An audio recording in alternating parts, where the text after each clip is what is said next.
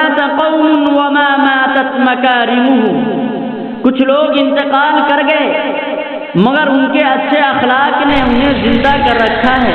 الناس بالناس ما دام الحیات بهم، لوگ حاجات زندگی میں ایک دوسرے سے وابستہ ہیں۔ والسعد لا شک تارات وحبات، اور سعادت مندی کبھی بھی کہیں کہیں ہاتھ لگ جاتی ہے۔ وافضل الناس ما بین الورى رجل، انسانوں میں سب سے افضل انسان وہ ہے تقضى على يده للناس حاجات، جس کے ہاتھوں لوگوں کی حاجتیں پوری ہوتی ہو۔ لا تمنعن يد المعروف عن احد، جب تک قدرت ہو کسی سے بھلائی کا ہاتھ مت روک۔